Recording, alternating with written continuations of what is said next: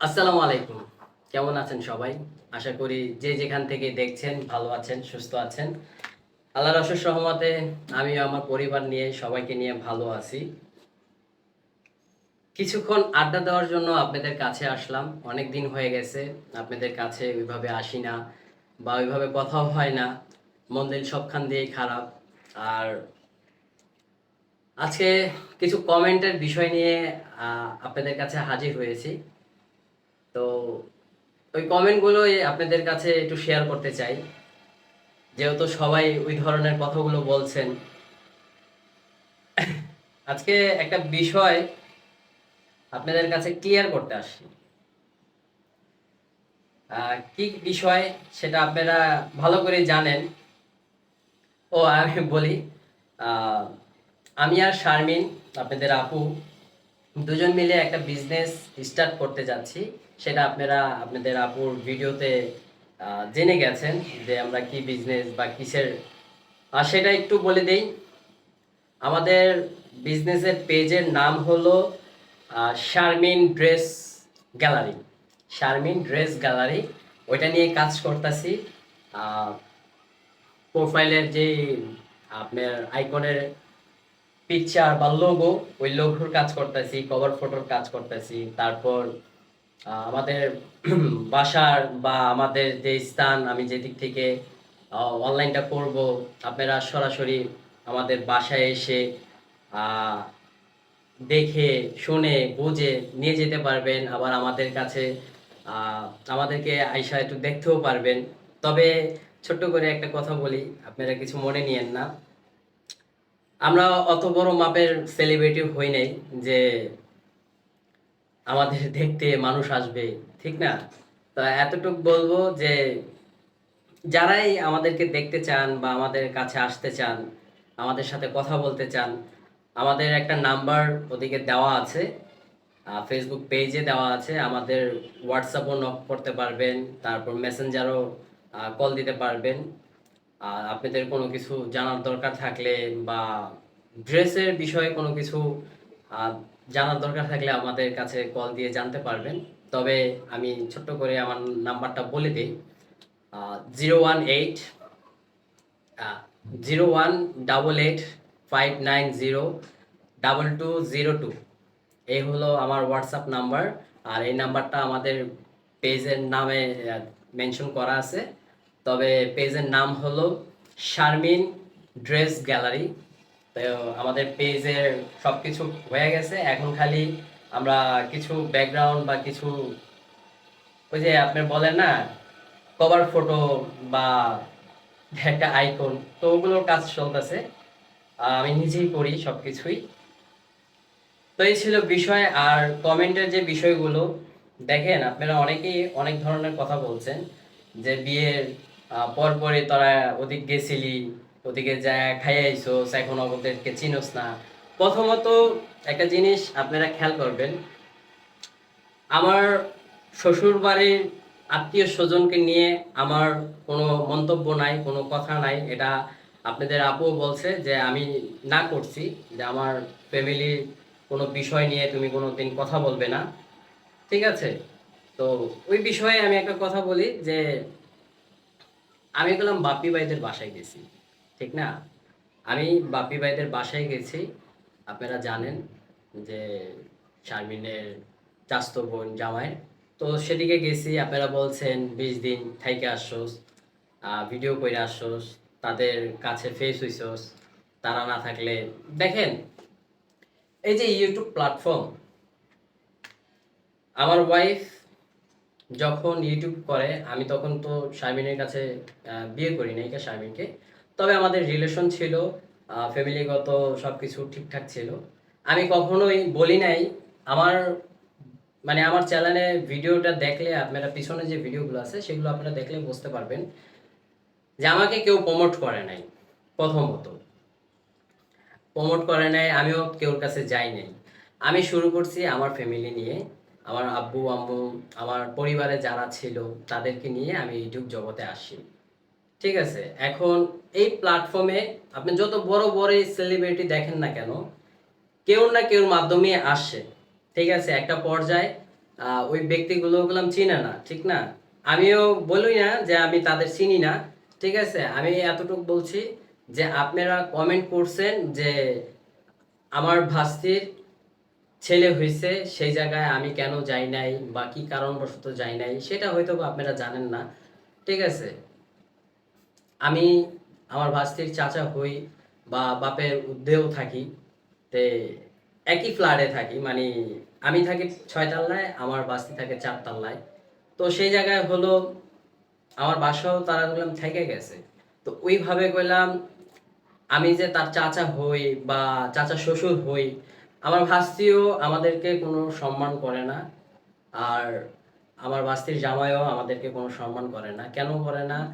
আহ, একটা জিনিস মনে করবেন, আপনি যতই শিক্ষাগত দেন না কেন, যদি ফ্যামিলির থেকে যদি শিক্ষা না পায় তাহলে তারা ভদ্র বা ভদ্র পরিচয় দেয় না।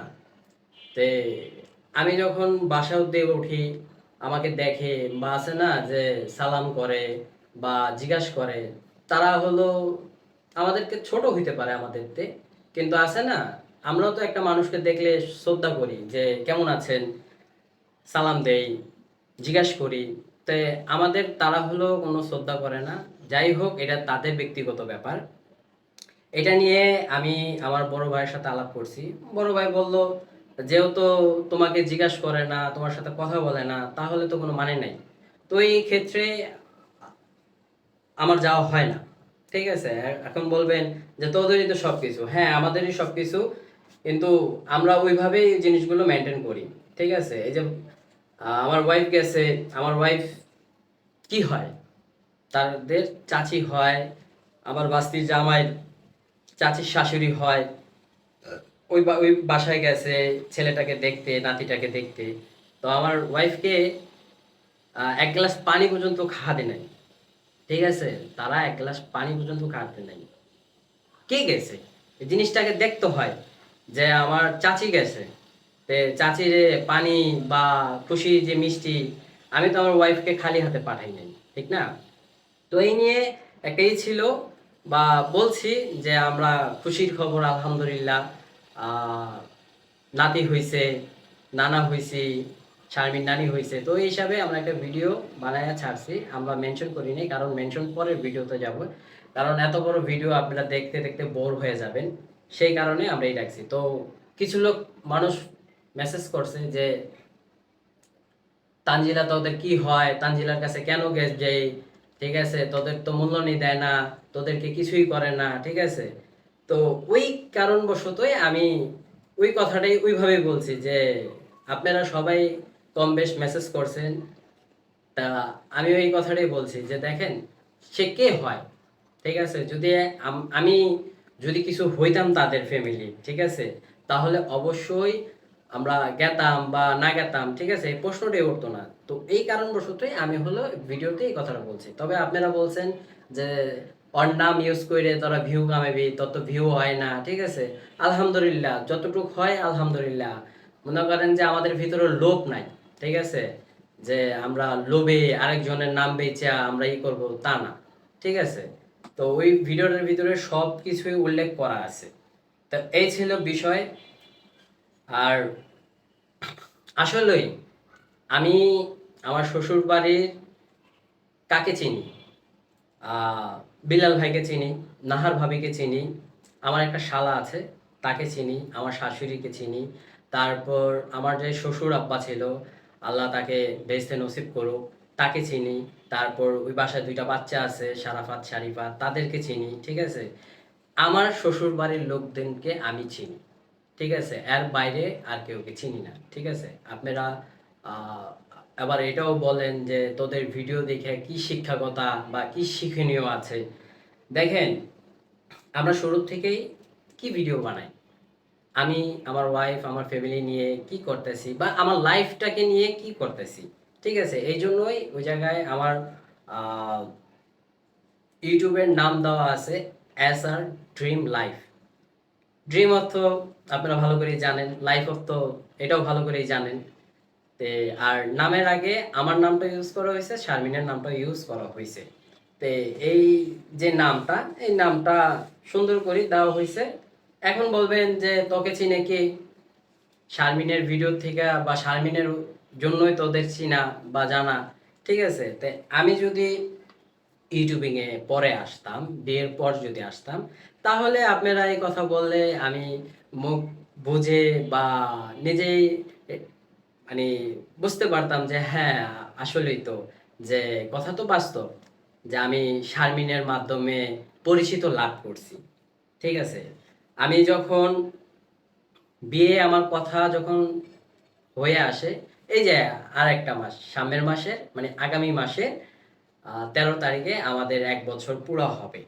তো সেপ্টেম্বর মাসে বিয়ে হয়েছে। তো সেপ্টেম্বর মাস আওয়ার আগে আমি ইউটিউবিংয়ে বা ইউটিউবে মনিটাইজেশন, তারপর অ্যাক্সেস লেটার, এগুলো সব কিছুই আমার হাতে চলে আসে। আমার তখন বিয়ে হয় না। যাই হোক, আমি তখন থেকে আর্ন করা শুরু করি। তো মোটামুটি আপনারা ভালো করে জানেন, যারা ইউটিউবিং করেন বা ইউটিউবিং চালান তারা ভালো করে জানেন যে মোটামুটি কতটুক ফলোয়ার হইলে বা সাবস্ক্রাইবার হইলে একটা মনিটাইজেশন অন হয় বা আপনার আইন করা মানে ইনকাম করা শুরু হয়। এটা আপনারা ভালো করেই জানেন যারা ইউটিউবিং করেন। তো আমি বললাম এটা আমার বিয়ের আগের থেকেই আমি করি। আর বিয়ের পরে যদি করতাম তাহলে আপনারা বললে আমি বুঝতাম যে তাদের ফ্যামিলিতে আমি এন্ট্রি করছি বা তাদের কাছে গেছি, তারা আমাকে প্রমোট করছে, তারপর আমার সাবস্ক্রাইবার আছে, তারপর আমি ইনকাম করি, ঠিক আছে? কিন্তু আমি এতটুক মানতে চাই না, কেন জানেন? এই যে আমি বললাম যে আমি তো বিয়ের আগের থেকে আমার ফ্যামিলি নিয়েই আমি ইউটিউবে আসি। আর যারাই আমার পিছনের ভিডিওগুলো দেখছেন বিয়ের আগে, তারাই একমাত্র বলতে পারবেন যে আমার কতটুকু ভিউ হয়েছে বা কতটুকু এখন বর্তমানে যাই হচ্ছে। আহ, আলহামদুলিল্লাহ, আমি কখনো নিরাশ হই না। আমার কথা হলো আমি দুগা ডাল ভাত খেয়ে জানি আমি থাকতে পারি। আর ভিউর জন্য ভিডিওতে আসি তা না, ঠিক আছে? যে গত মাসে বা কয়টা ভিডিওই করছি, ঠিক আছে? আমার সংসার চলতেছে না, আমি সংসার চালাইতেছি না। এখন বলবেন যে তোর ওয়াইফ চালাইতেছে, শারমিন চালাইতেছে আমার সংসারটা, ঠিক আছে? এতটুকু বলবো যে না, আমার সংসার আমি চালাই। আমি আমার ওয়াইফ থেকে একটা টাকাও নেই না যে সংসারের জন্য আমাকে এটা দাও ওইটা দাও, কখনোই না। আমি বিয়ের পর থেকেও লেই নাই, এখনো অব্দি লেই না। হ্যাঁ, আমার ওয়াইফ যতটুক পারে করে, না পারলে কোনো জোর নাই। কেন জোর নাই এটাও আমি বলে দিই।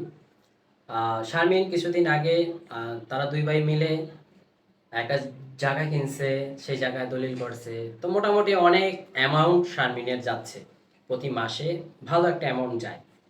তে এখন বলেন আমার সংসারে শারমিন কি টাকা দিবে না ওনার ঋণ শেষ করবে?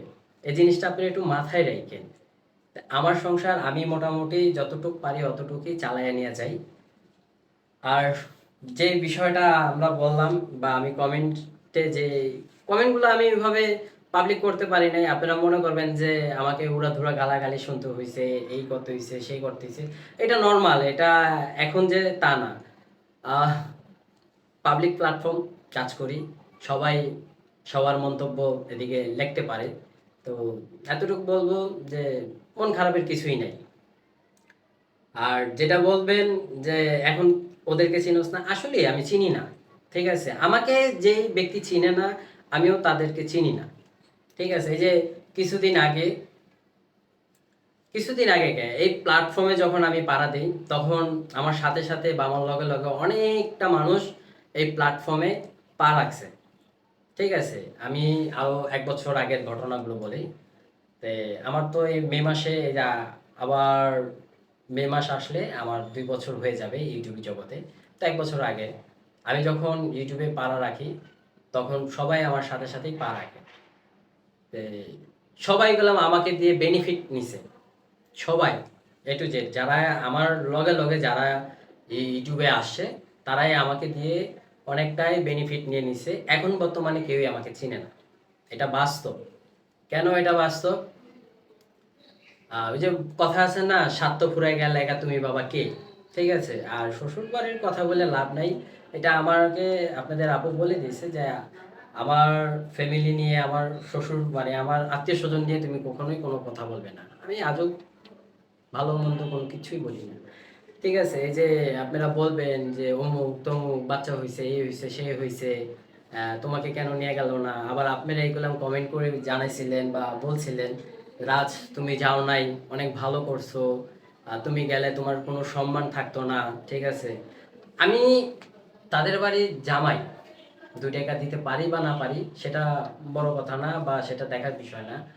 আমি জামাই হিসাবে যতটুক প্রাপ্ত আমি অতটুকুই চাই, এছাড়া আর কিছুই চাই নাই।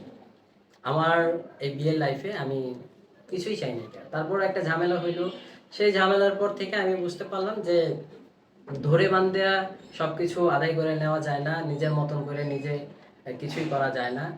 তবে সংসার যেহেতু আমি নিজে চালাই, আমার মতন করে সংসার চলবে না।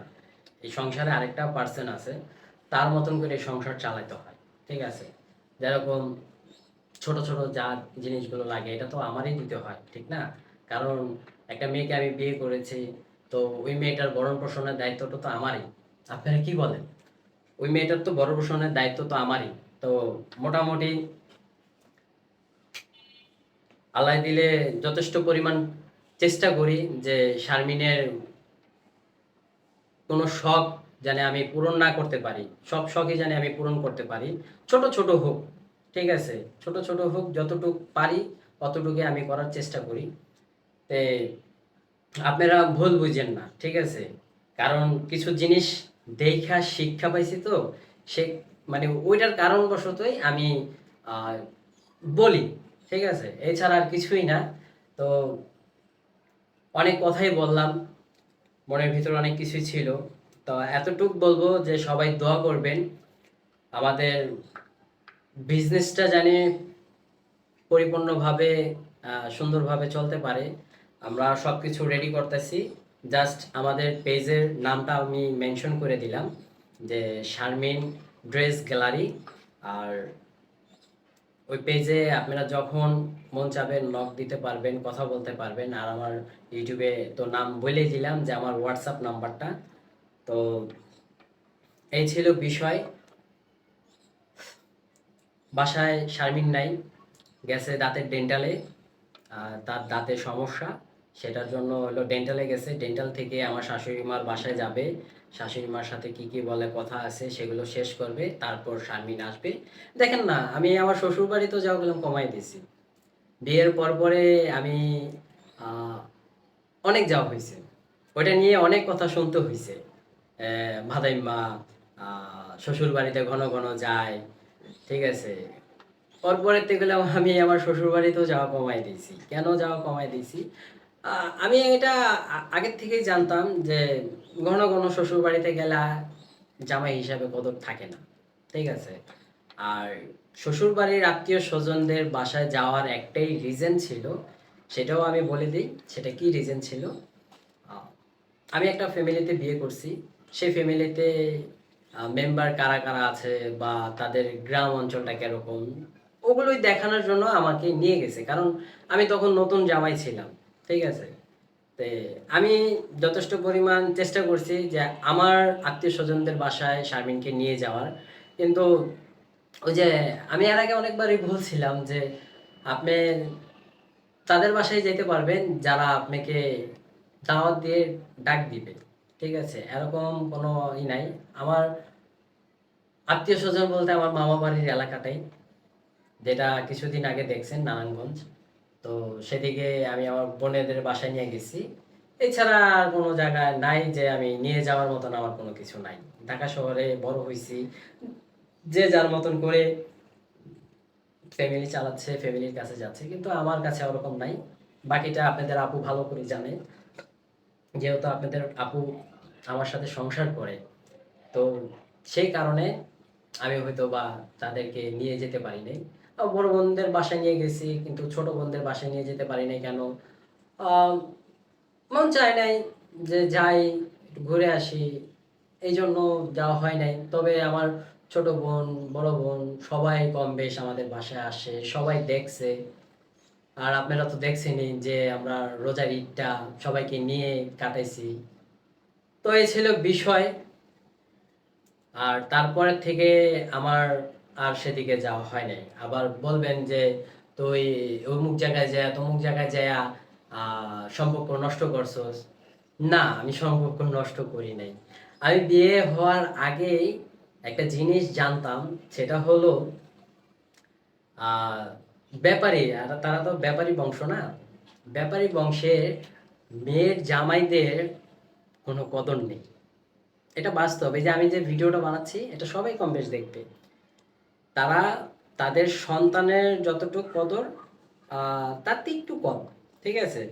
এছাড়া নাই। যে জায়গায় আমি ভাই নিজেরটা খাই নিজেরটা পড়ি, আর যে জায়গায় আমার সম্মান নাই সে জায়গায় আমি নাই। আমার ঘর আছে, আমার কাজ কাম আছে, আমার ইনকাম আছে, আমি আমার বউ নিয়ে আমার ফ্যামিলি নিয়ে আলহামদুলিল্লাহ। শ্বশুর বাড়িতে যদি কিছু হয়, যেরকম আমার শাশুড়ি মার যদি কিছু হয়, আমার সম্বন্ধে যদি কিছু হয়, সম্বন্ধের বউর যদি কিছু হয়, তার ছেলে সন্তানের যদি কিছু হয়, আমি ওদিকে যাব। আমি ওদিকে যাব, ওদিকে যে আমার যতটুকু কর্তব্য আমি সেটা পালন করব। এর বাইরে এর বাইরে যদি অন্য কোথাও যদি যেতে হয় তবে আমি যাব না, ঠিক আছে? এটা আমি আপনাদের বোনকে বলছি যে আলহামদুলিল্লাহ তোমরা যাবা, যে খেয়ে আসবা। ভাই যে জায়গা আমার নাই কদর নাই সে জায়গা আমি নাই, কেন যতই তোমরা ফোর্স করো লাভ নাই। তো এই কারণবশত আমার ওয়াইফ যখন দলিল করতে যায় তখন আমাকে নিয়ে যায় না। যে আমি যদি যাই, যাওয়ার পরে যদি বোঝেনি তো জায়গা সম্পত্তির ব্যাপার, তারা একটা কথা বললো, সেই জায়গায় যদি আমাকে জিজ্ঞাসা করে যে জামাই এভাবে কি ঠিক আছে কিনা, তখন আমার কাছে এটা ভালো নাও লাগতে পারে। কারণ আমি তো আমার বউটা সাপোর্ট আগে টানবো, ঠিক না? আগে তো আমার বউ, তারপর সম্বন্ধী, ঠিক আছে? তো আমি যদি দেখি যে না আমার বউর জায়গায় একটু কম বা একটু এদিক সেদিক, ঠিক আছে, তখন তো আমি অবশ্যই বলবো। সেটা যদি তাদের পছন্দ না হয় যে আরেকজন আরেক কথা বলতেইছে, তো সেই কারণবশত হয়তো বা আমাকে নিয়ে যায় নাই বা আমি না করছি যে না আমি যাব না। আমি যখন আমাকে জানাইছে যে অমুক তারিখে, আমাকে ঠিক 5 দিন না 6 দিন আগে আমাকে জানাইছে যে আমি যাব, আমাকে নিয়ে যাবে, ঠিক আছে? তখনই আমি বলছি যে না আমি যাব না। কারণ কিছুদিন আগে একটা ঝাই ঝামেলা হয়েছে, সেই ঝাই ঝামেলার থেকে আমি উঠে আসি বা তোমাকে নিয়ে আসি, সবাই খোঁচা মারা কথা বলবে, আমার কাছে সহ্য হবে না। আমি একটা কথা বলবো, তোমাদের কাছে ভাল লাগবে না যে পরের বারের পোলা আবার পৈতারি করতে আইছে। তো ওই হিসাবে আমি না করে দিছি।